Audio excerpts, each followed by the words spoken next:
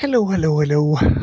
Let's do chapters 44 to 54 of the Gngstr, book number 6 in the GFL series by Scott Sigler. Set 700 years in the future, football player Quentin Barnes is enmeshed in a hell of a mess.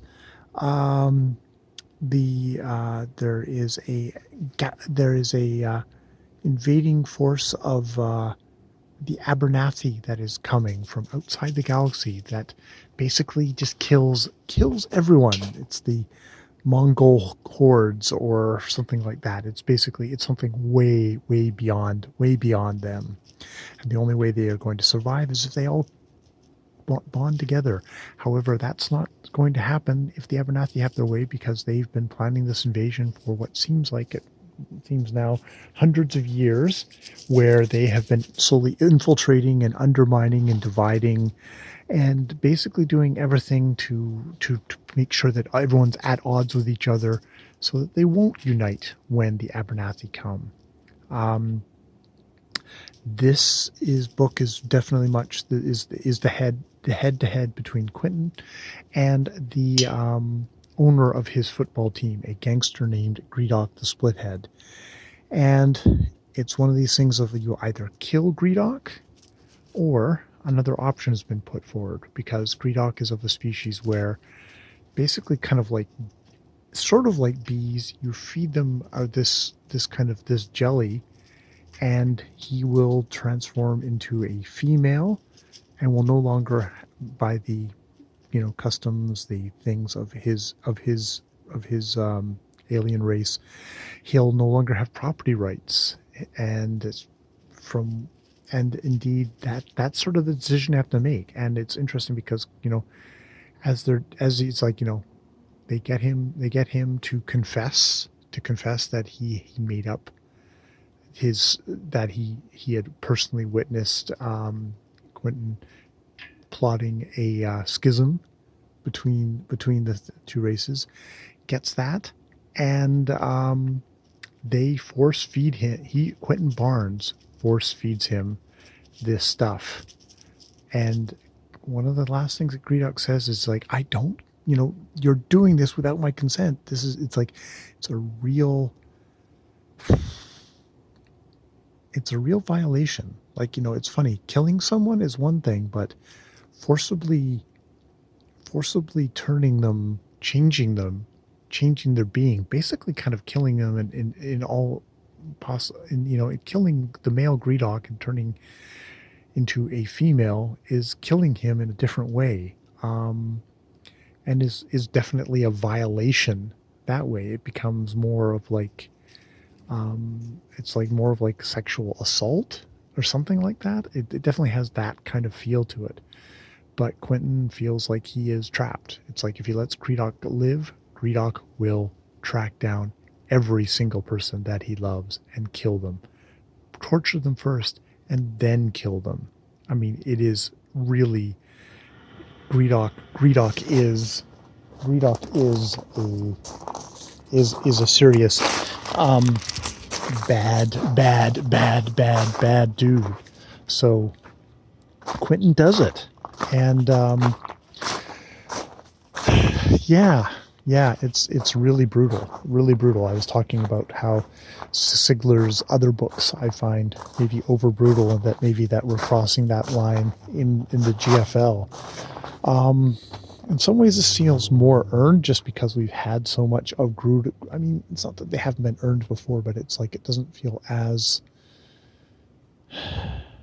It's a really bad thing, but it seems like one of these things of I can believe that as a decision in this kind of a world that Quentin Barnes has to make. So there's that. The bats, the Creotokens, show up, and instead of wanting to kill Barnes, they're like, no, we want to cut a deal. We're going to forgive everything. We're going to even give in to some of your demands and let Yitzhak, forgive all his stuff, all of families. But he has to say, oh no, I was just in protective custody of the Empire, and they didn't harm me at all. And why do they want this desperately? Because there's massive uprisings. Like over 2,000 people have died, and there's just worlds in revolt, including including his original world, is in, the racist, not First Nations, God, Elder Barnes, his theocracy is also in massive revolt.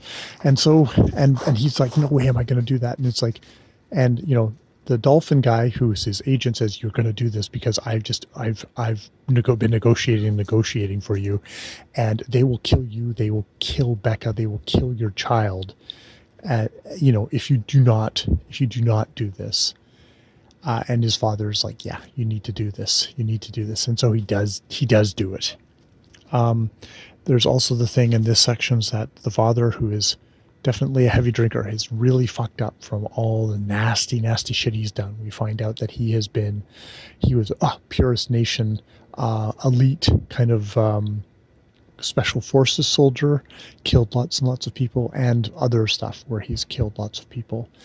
And they've figured out that the Abernathy have indeed been around, and they've brought in planet-destroying bombs, of which they have one, which looks like a regular container, I think of the container ships and like all those kind of containers. It just looks like a regular thing, but inside it's super well advanced, over advanced than any of their technology kind of thing. And they got one, and one got exploded and destroyed an entire planet. And they've heard some news reports of what sounds like that, of like just jump point. There's a jump point that's no longer there anymore, and that both the Quyth and the Kraytoking Empire have both scrambled their fleets. It's like there's a destroyed planet, and there's 3 that got away that they have no idea where they are.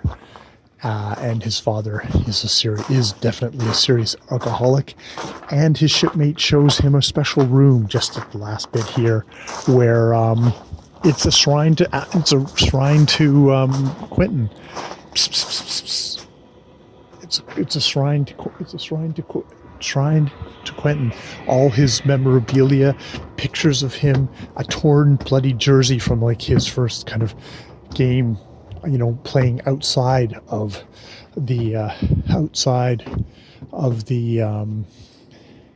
God damn it, I lost the name again. So they've he's been worshiping from afar. He's actually seen some of his games. It was super dangerous for him to go.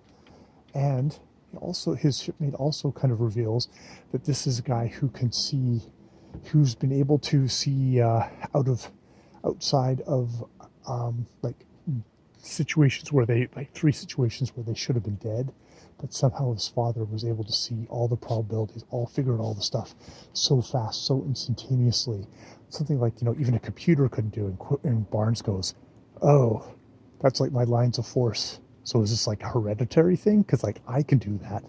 Is this something we share in common? It's like, what the heck's up with that? So maybe it's not Petra Prowett who's messed with his head. Maybe this is something that he actually has in himself, that he's able to do this sort of stuff. So yeah, interesting developments. Yeah, but I think the key thing of this whole thing is him deciding to, against Gredok's wishes, without his consent, force feeding him stuff to change his gender. It's like that's got to be the major thing in this book. So we do get stuff again from Gredok's point of view, and Gredok's transformation overtaking him, changing into her, and apparently having love, having guilt, and kind of pain over all the horrible deaths and murders and butchery he's done. He did that. Now she is full thing of, and seems to be much more the conscience, a different part of this species, which is interesting. So we'll have to see how that goes. Will Gredok be out of the picture, or will she have some further role to play? Yeah, it'll be interesting to see, because she's not the person who that a Greedock as a male is not the kind of person that would ever have become a female. It seems to talk about them being kind of a dreamy kind of lot, the ones that were destined for that life, and not him. But now he is a she, and we're going to see how that works out, and how that gets dealt with. So yeah, that's the Gngstr. We're coming up to the close, but yeah, it's an interesting, satisfying, slightly squicky episode of the GFL, with very hardly any GFL in it, other than the whole things of, boy, so much more stuff that you think Quentin Barnes never going to be getting back into sports. But I guess we'll see. If there's going to be another game of him actually playing on a football field in the book number 7 or book number 8, however long it goes on for. I think it's 7, maybe 8. We'll see. All right, more videos later.